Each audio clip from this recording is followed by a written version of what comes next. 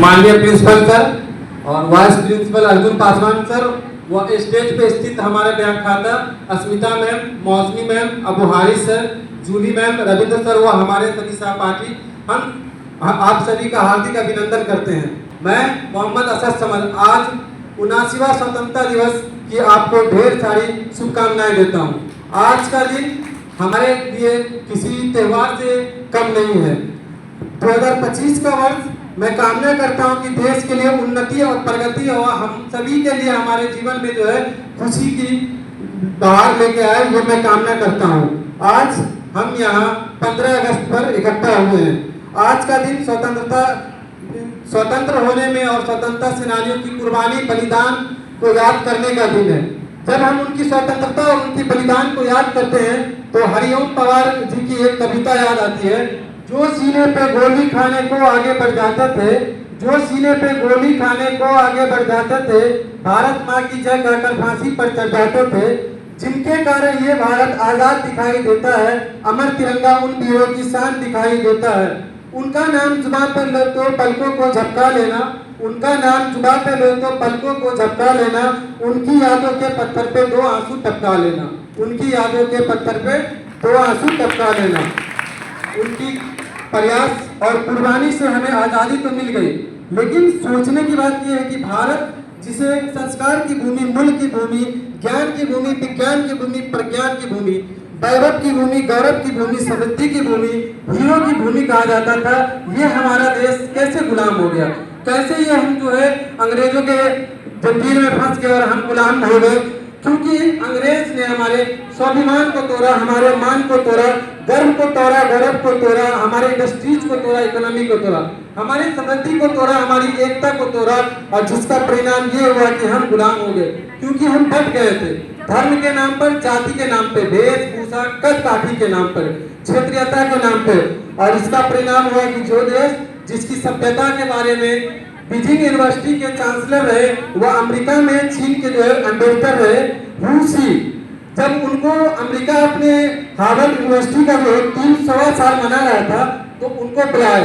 जब उनको बुलाया गया और उनको कहा गया कि आप संबोधन करें, तो उन्होंने संबोधन में जो टॉपिक चुना उसका नाम था इंडिया इन्फ्लुएंस ऑन चाइना, और उस पर अपनी बात करी। ये बात कब की है? 1937 की, जब हम आज़ाद भी नहीं हुए थे। हम भारत को समझते हैं कि ज़्यादा से ज़्यादा 1947 से या उससे 1857 से, लेकिन भारत की सभ्यता बहुत विशाल है, बहुत पुरानी है, जिसके बारे में रूसी कहते हैं India conquered and dominate China culturally for 20 centuries without ever hearing to sending a single soldier across a border।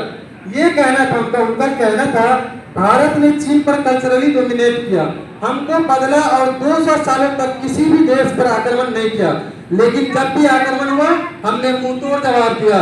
इस पे हरिओम पवार जी की एक कविता याद आती है, हमने कभी सिकंदर वाले रथ को वापस मोड़ दिया था, हमने कभी सिकंदर वाले रथ को वापस मोड़ दिया था, हमने गौरी 16 बार पकड़ गौरी को जिंदा छोड़ दिया था, हमने कभी सिकंदर वाले रथ को वापस मोड़ दिया था, हमने 16 बार पकड़कर गौरी जिंदा छोड़ दिया था, हमने सागर की लहरों पे अपने पत्थर तैर आए थे, राम धनुष के डर के आगे सागर को हटते देखा था, राम धनुष के डर के आगे सागर को हटते देखा था।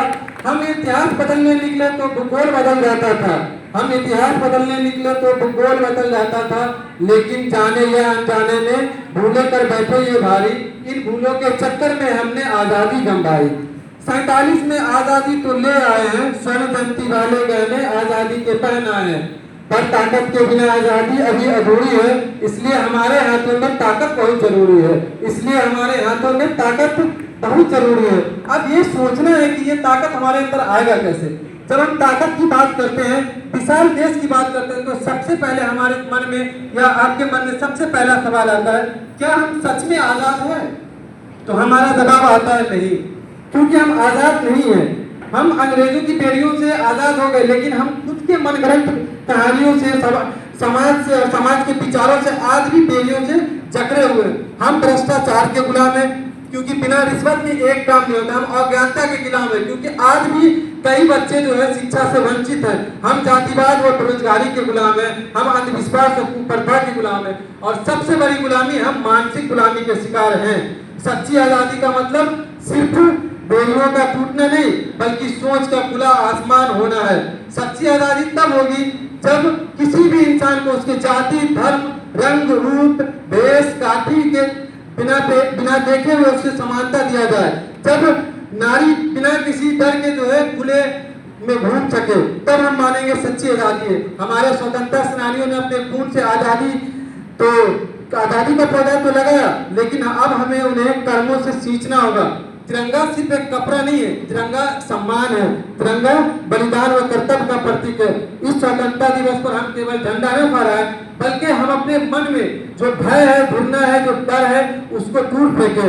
और आज हम सब मिलकर ये संकल्प ले, हम न केवल आजाद रहेंगे बल्कि दूसरों को भी आजादी का एहसास दिलाएंगे। अतः मैं अपनी वाणी को वीर शेरगंज की एक कविता क्या होता है देश से समाप्त करूंगा।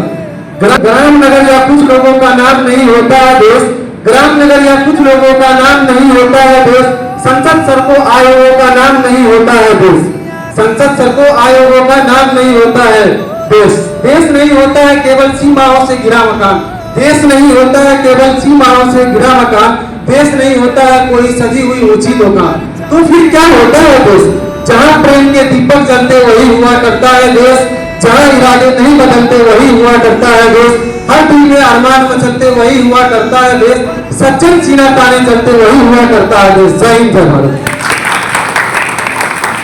असंख्य समझ के लिए फिर से एक बार जोरदार ताली बजाएं। बहुत सार्वजनिक, बहुत कॉन्फिडेंस के साथ, बहुत आपने पिरोया पूरे भारत की स्थिति को। हम अपनी